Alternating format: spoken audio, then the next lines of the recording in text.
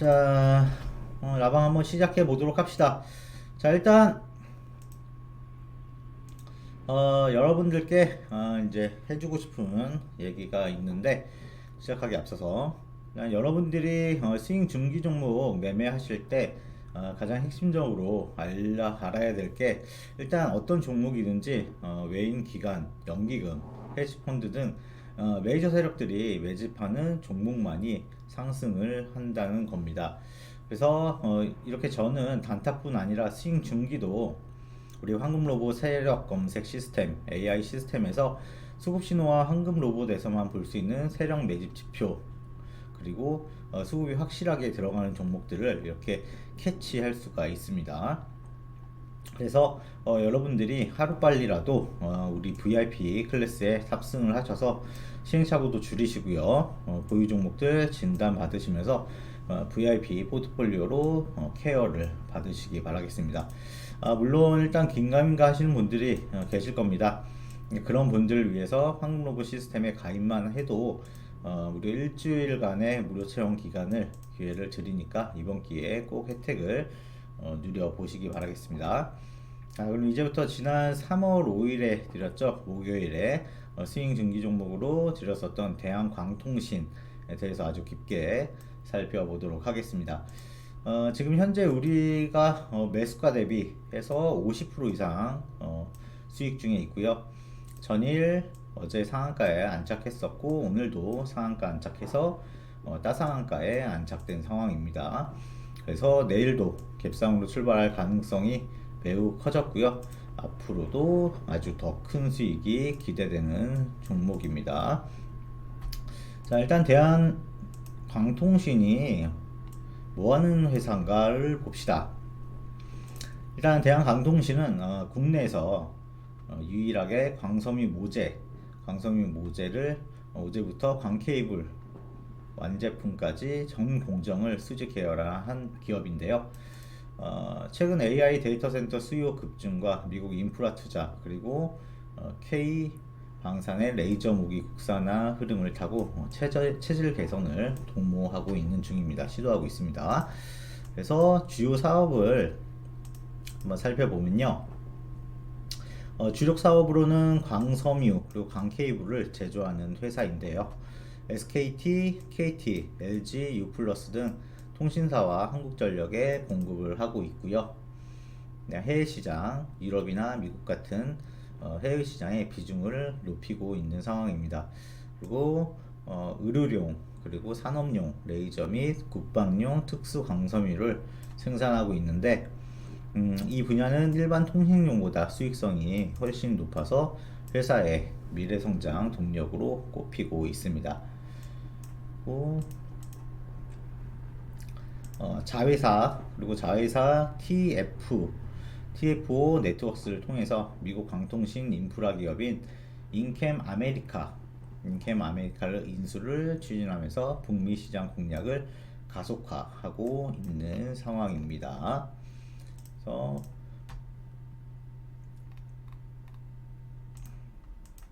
대한광통신 같은 경우는 현대전의 게임 체인저로 불리는 레이저 무기 체계 핵심 소재 부품 장비죠. 소부장 기업으로 도약하고 있는데요.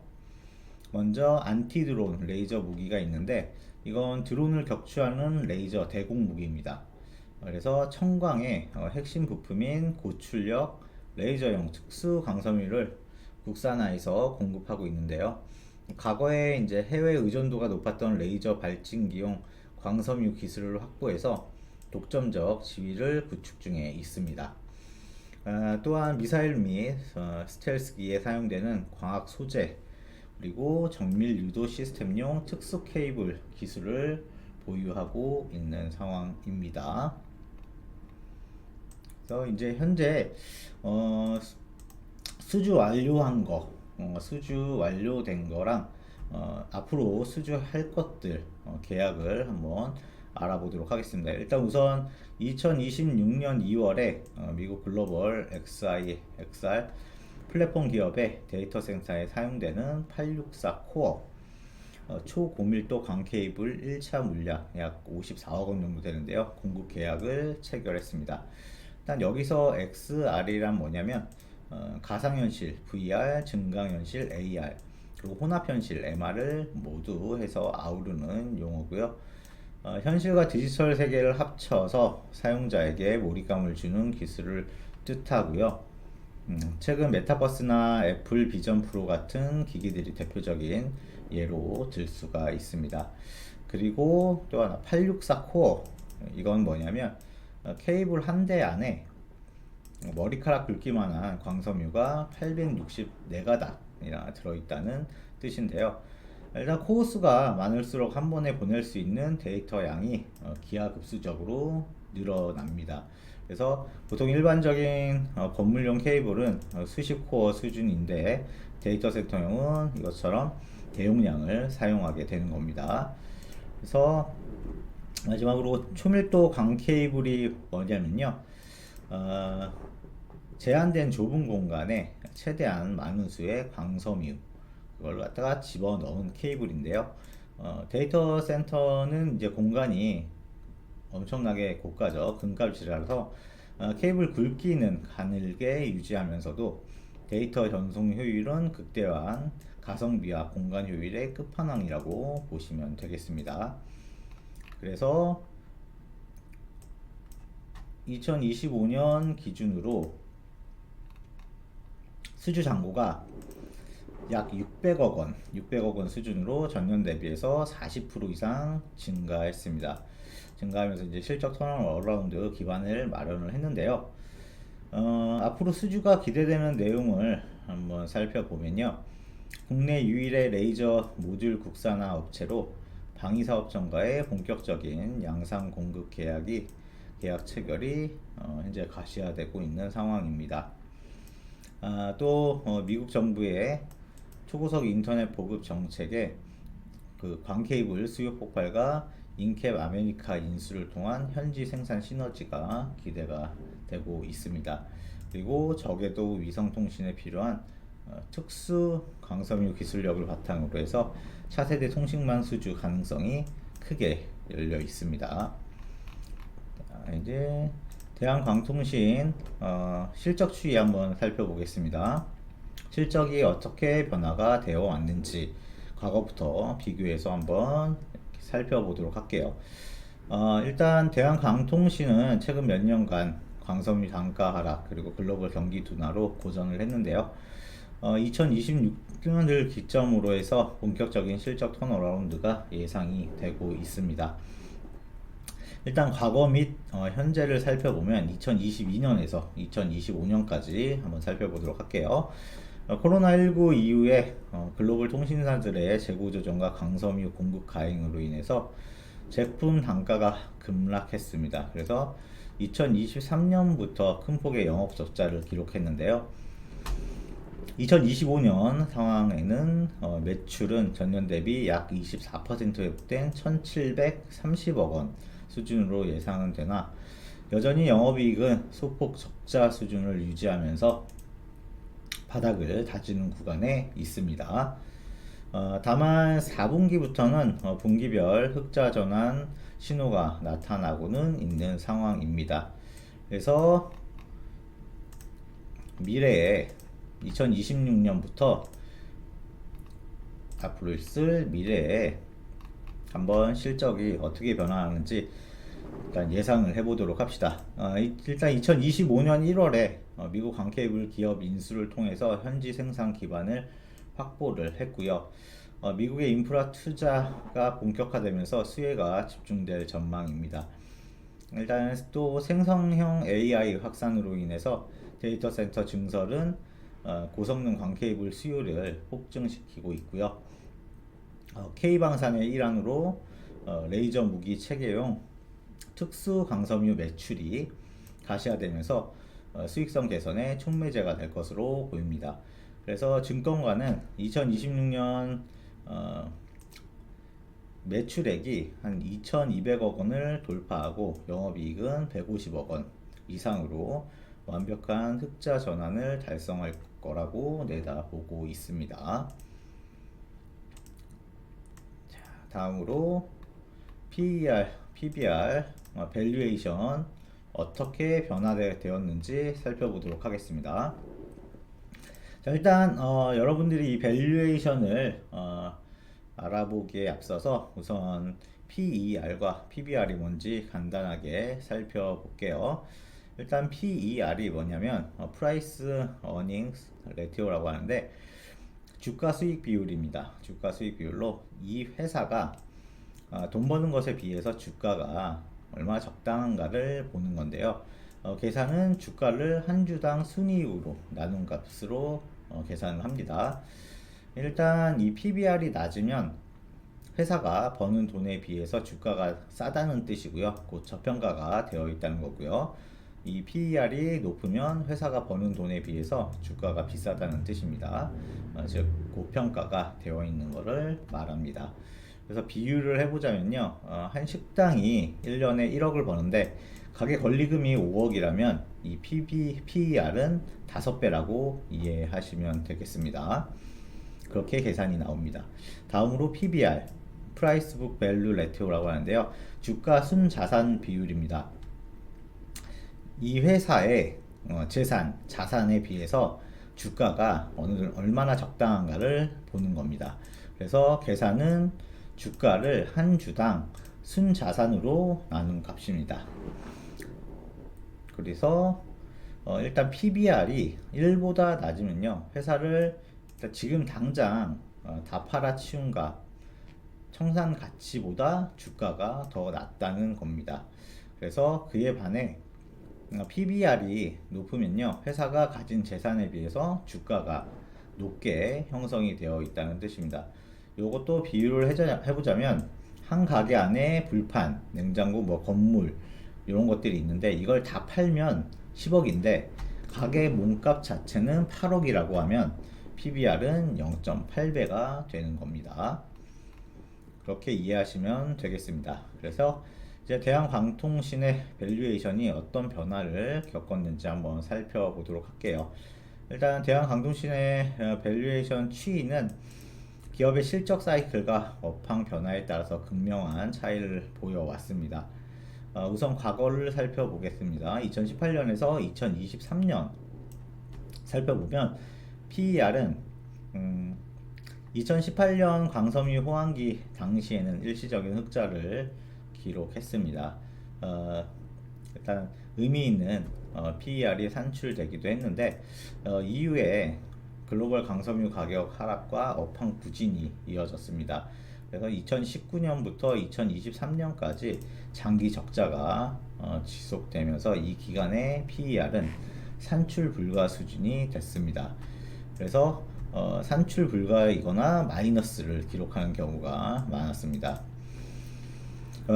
일단 그래서 이익 기준으로는 즉 이익 기준으로 밸류에이션을 논하기 어려운 시기였다고 보시면 되겠습니다. PBR은 그래서 실적 부진으로 주가가 하락하면서 PBR은 대체로 1배 미만에서 1배 수준에 머물렀습니다. 자산 가치 대비해서 주가가 저평가된 상태였는데 지속적인 순손실로 인해서 자본 자체가 감소하며 밸류에이션 매력이 희석되기도 했습니다. 현재를 살펴봅시다. 이제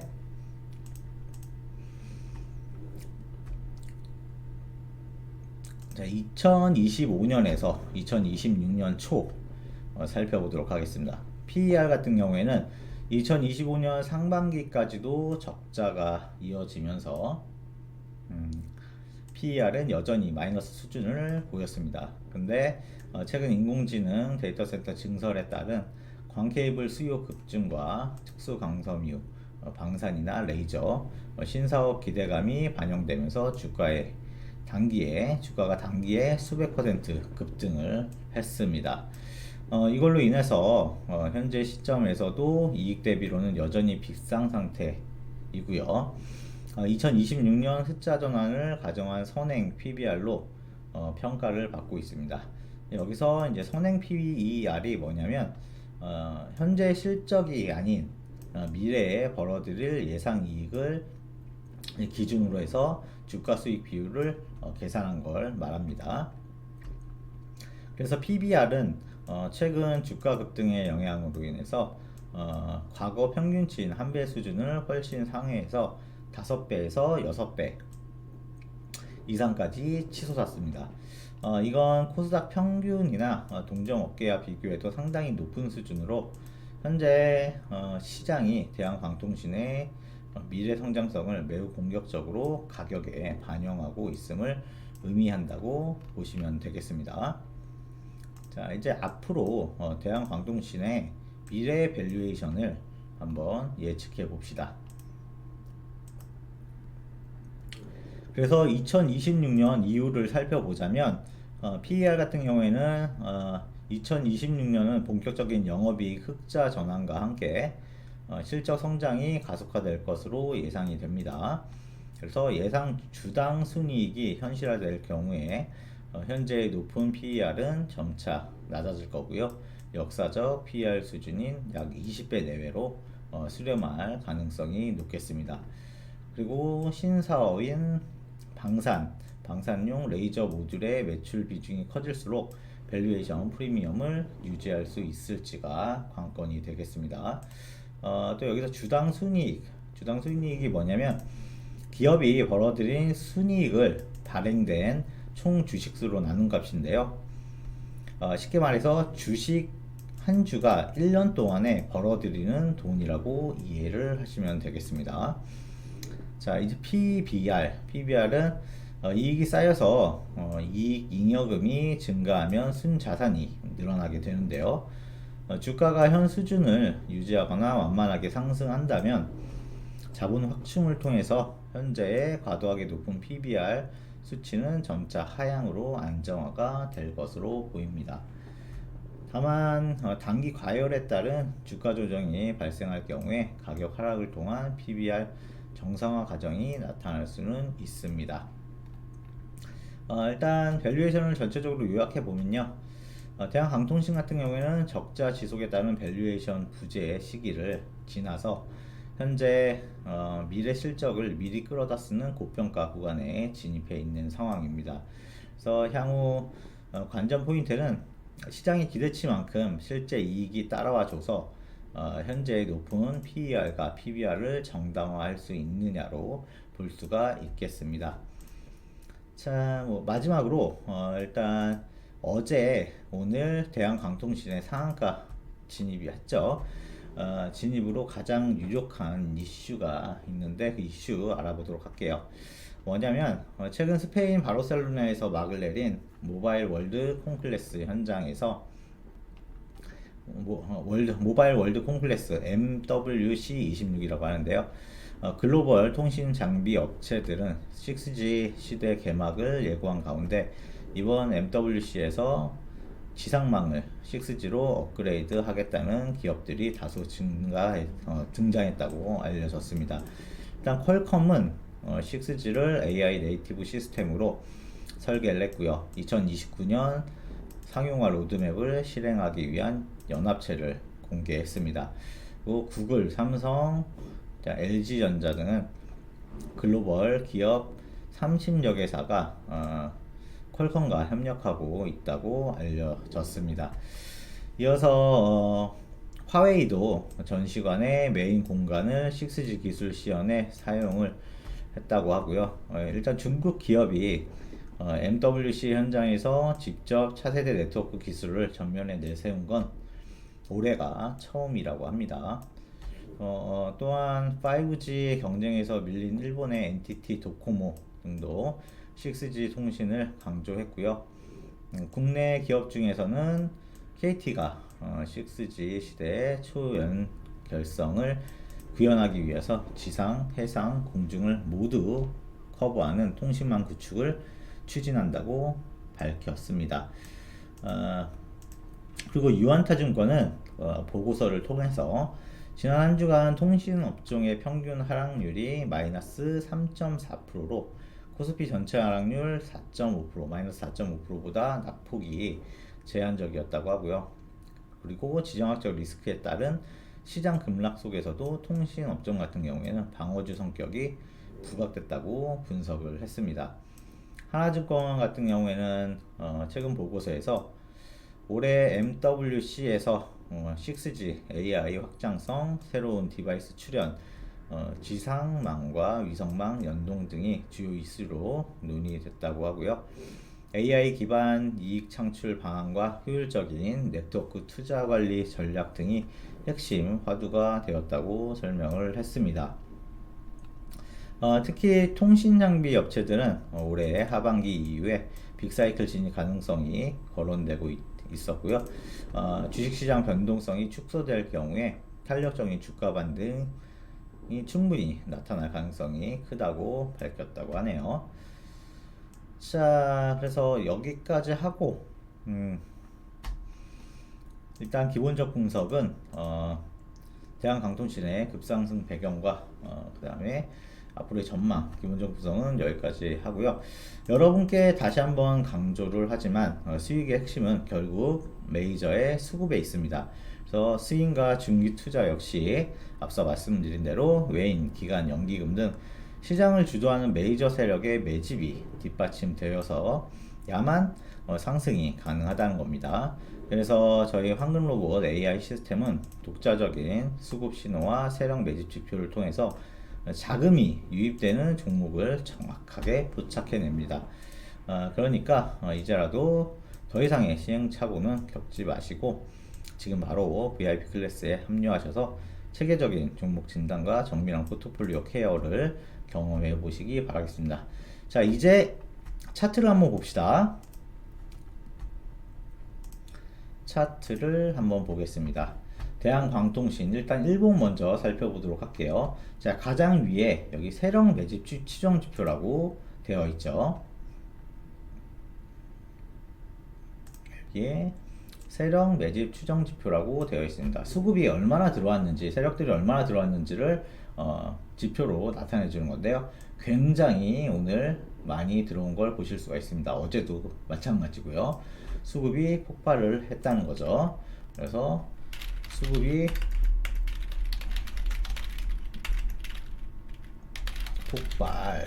폭발했고요. 그리고 또 어제 오늘 사이에 뉴스 재료가 굉장히 많이 나왔습니다. 그래서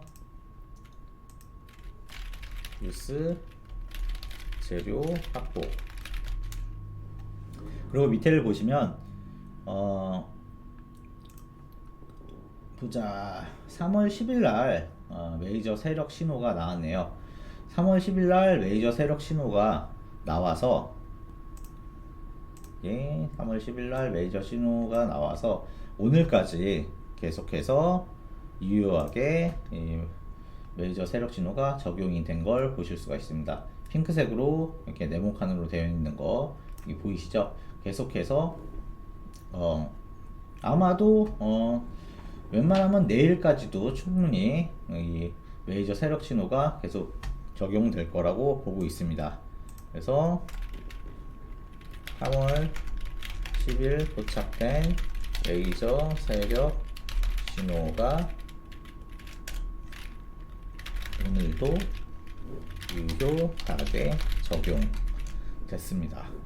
자, 그리고 여기 밑에를 보시면 MACD 오실레이터 여기서부터 골든 크로스를 계속 유지해 주고 있고요. 언제부터냐면 따져보면 이때부터네요. 2월 20일 2월 20일이죠. 2월 20일 2월 20일부터 계속해서 MACD 오실레이터는 골든 크로스를 유지해 주고 있다. 크로스 유지. 그러고 RSI 같은 경우에도 어제를 기점으로 해서 다시 한번 돌파를 했죠. 빨간 선이 파란색 돌파하면서 골든 크로스를 이뤄줬습니다. 그래서 RSI도 골든 크로스를 계속 유지해주고 있고요. 그리고 그 밑에 보시면 거래량까지 완벽하게 어제는 폭발해주면서 이런 모든 조건들이 맞아 떨어졌습니다. 거래량 폭발. 그래서 여기 위에서부터 쭉 모든 지표들이 매수를 하라는 신호를 보내고 있는 겁니다. 그래서 이 모든 지표들이 맞아 떨어졌기 때문에 우리는 진입을 해서 이제 수익을 크게 얻을 수 있었고요. 미리 그리고 수급이 폭발하는 시점을 황금로봇 시스템이 알려주기 때문에 우리가 걱정 없이 진입을 한 겁니다. 그리고 이평선 같은 경우에도 현재 정배열로 예쁘게 잘 되어 있고요. 이제 주봉을 한번 보겠습니다. 주봉 같은 경우에 주봉 월봉 같은 경우에는 간단한데요. 주봉도 엄청나게 솟아있죠. 자 보시면 일단 정배열로 아주 이쁘게 되어 있고요. 이평선 정배열 유지 되어 있고요. 그 다음에 이 밑에를 보시면 이때부터 대략적으로 며칠부터냐, 여기부터네. 5월 30일, 지난 5월 30일부터 골든 크로스를 한 번도 벗어난 적이 없습니다. 데드 크로스가 나온 적이 없어요. 그래서 지난 5월 30일부터